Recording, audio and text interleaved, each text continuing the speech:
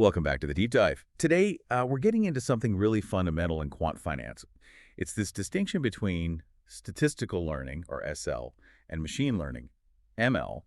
They often seem, well, pretty tangled up. And look, if you are a listener building trading strategies, sometimes feel like they're basically the same thing. Honestly, you're not alone. They use a lot of the same math, the same tools. But nailing the difference, the sort of philosophical divide, it's absolutely critical. It's what separates a strategy that holds up from, well, what our sources bluntly call a black box model that will inevitably blow up your account. So our mission today, break this down. We'll connect it to the tools you actually use, Python, maybe Strategy, Quant X, MetaTrader. The goal is for you to leave with a really practical way to think about this. Yeah, let's jump right in. Because that philosophical split, it really comes down to a classic question in quant. Are you chasing understanding, like why something works? Or are you chasing pure prediction? And that choice, well, it dictates pretty much everything else, how you build your model, how you test it. Okay, so lay it out for us. Which one is which? Which camp is focused on finding that underlying cause? Statistical learning. That's the detective in this story. SL is all about inference. It wants to understand the why and the how behind a relationship in your data. It sort of assumes your data is just one sample, right, from a bigger reality. And the goal is to figure out the true, unchanging rules of that bigger reality. Okay, inference, understanding the why. Exactly. So the model itself isn't really the end goal. It's just a tool, a lens to understand that relationship.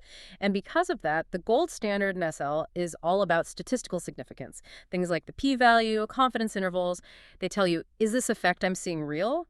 Or is it just random blip in my specific data sample? Right, that makes sense. It sounds rigorous, focused on interpretability. But doesn't that also maybe make it a bit slow, less adaptive if the market suddenly changes its tune? That's precisely the pivot point. And that's where machine learning really comes into its own. ML basically flips the script. The ML person, they're the engineer. Their only mission is prediction. Just figuring out what happens next. Whether the connection between input A and output B makes intuitive sense, or if it's causal in the statistical sense. Honestly, ML doesn't really care that much. It just needs a strong enough correlation to make a good forecast out of sample. So the model is the product for the ML engineer. Totally. It's the engine itself. And if p-values are the key metric for SL, what's the ultimate test for ML? What does that engineer care about most? Performance, pure and simple. But specifically, performance on data the model has never seen before. That's the key. So metrics like accuracy, precision, maybe profit factor in trading, and crucially, a low error rate on that unseen test set. That's the gold standard. And this practical results first focus, that's why the ML field is booming. I mean, projections are hitting something like $79 billion this year. The market rewards good predictions, not necessarily elegant theories with low p-values. Okay, let's make this concrete. Python. Imagine we're doing something simple, like modeling how a moving average crossover might predict future returns. How would the SL and ML approaches differ right from the start? Say we go the statistical learning route, maybe use stats models, run an OLS regression. What's the focus? Right. With stats models, you'd likely feed in all your historical data at once. All of it, okay. Yeah. And then you'd pour over that summary output table. You're looking closely at the p-value for your moving average coefficient. Is it below 0.05?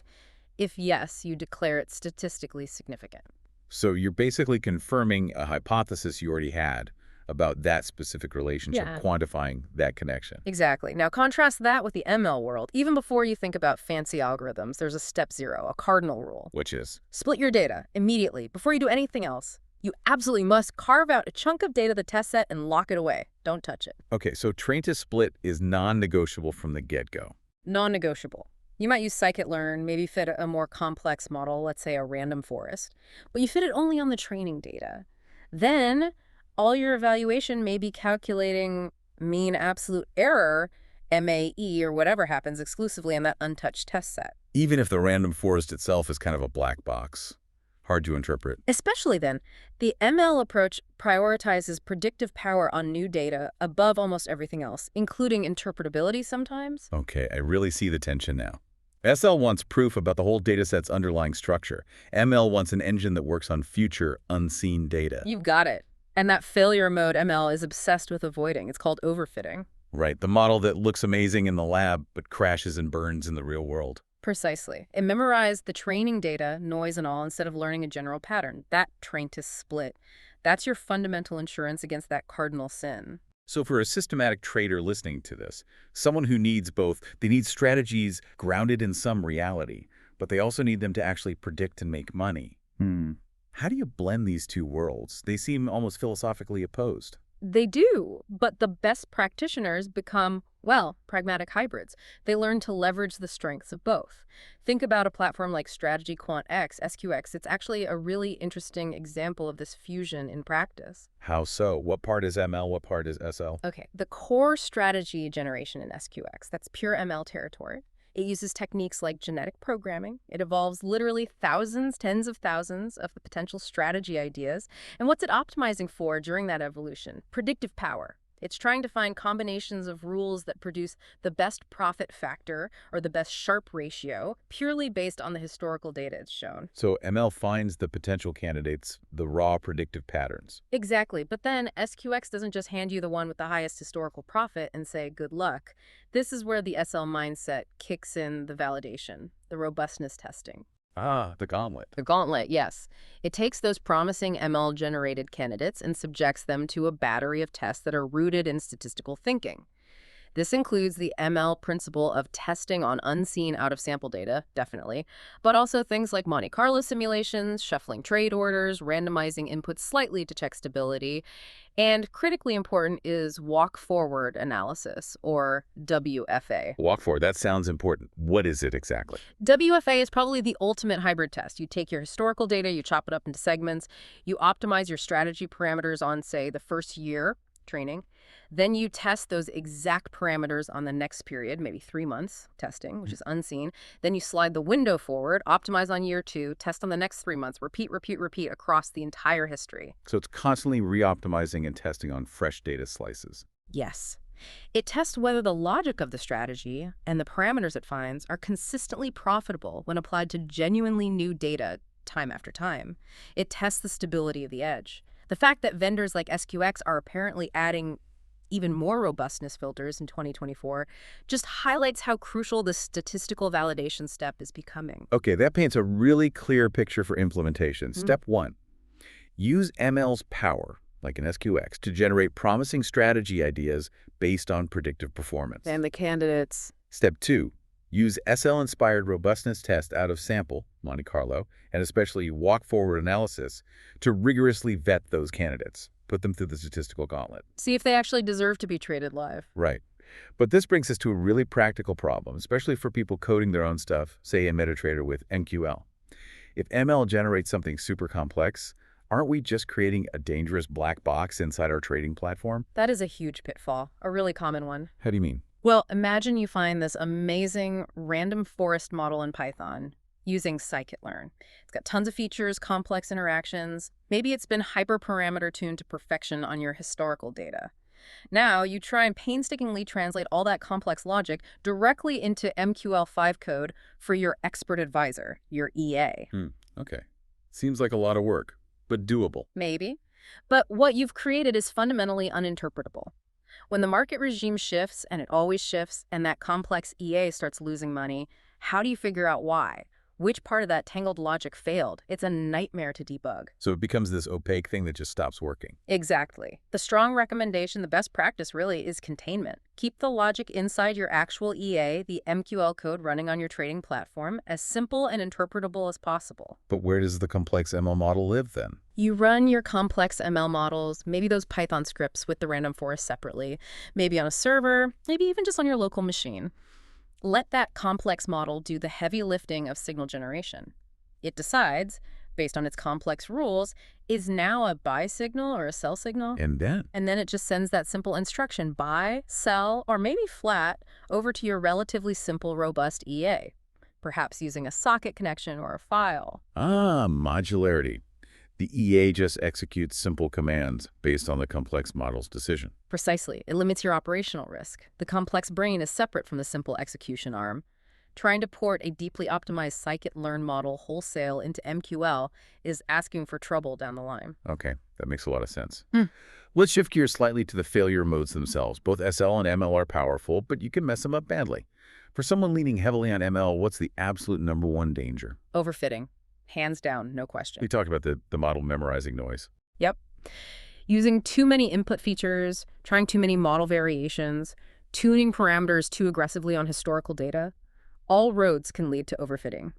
Like the source material said, it's like forging a key that only fits one very specific historical lock. The moment the lock changes, the key is useless. And the cure is just relentless validation. Relentless out-of-sample validation, that's the crucial part. You have to quarantine that test data and ideally have even more unseen data beyond that. If your backtest on the data you used to build the model looks ridiculously good, be very, very suspicious. Only trust the performance on data the model has genuinely never encountered during development. And this is where walk-forward analysis really shines again as a mitigation technique. It forces the model to prove itself repeatedly on new data. Okay, overfitting for ML. What about the flip side? If you're purely in the statistical learning camp focused on inference and p-values, what's the big risk there? The main danger is probably model misspecification. Misspecification, meaning? Meaning you might build a beautiful, simple model, say a linear regression, and it might have fantastic p-values. Everything looks statistically significant. You feel confident. That's good so far. But what if the true underlying relationship in the market isn't linear at all? What if it's deeply nonlinear or regime-dependent? Your statistically significant linear model is fundamentally the wrong tool for the job. So you've proven a hypothesis, but the hypothesis itself was too simple or just plain wrong about how the market actually works. Yeah. The p-value gave you false confidence. Exactly. You get a precise answer to the wrong question. That's why you can't just rely on SL alone either. So you really need the ML toolkit, the focus on out-of-sample prediction to act as a reality check on your SL theories. And arguably, you need the SL toolkit to focus on interpretability and stability to make sure your ML predictions aren't just complex noise fitting. They really need each other. There's a feedback loop. A necessary one. Yeah. And beyond these specific risks, both approaches fall prey to some universal enemies in quant finance. Like what? Well, survivorship bias is a big one. Only analyzing assets or markets that survived to the present day, ignoring the ones that failed, that paints way too rosy a picture. Right, forgetting the failures. And data snooping, or sometimes called data mining bias. This is huge. If you test hundreds or thousands of different strategy ideas on the same data set, eventually, just by pure random chance, something will look good. You torture the data until it confesses. Pretty much. You confuse random luck for a genuine edge. That's why having a structured process, like starting with an economic hypothesis, SL thinking, or using rigorous out-of-sample validation, ML discipline, is so vital. And then there's the final boss, the one that kills so many theoretically great strategies. Ah, yes. Transaction costs and slippage. The brutal reality check. Explain why that's such a killer. Because your backtest might show a small, consistent mathematical edge. Looks great on paper. But every time you trade, there's a cost. The spread you cross, the commission you pay, the tiny price movement against you because you traded. Slippage. If those real-world costs add up to more than your theoretical edge per trade, your strategy is dead on arrival. It costs more to play the game than you can possibly win. So the sanity check. Always, always, always build realistic transaction costs and slippage estimates into your backtesting from the start. Don't just add them at the end as an afterthought. And then stress test it.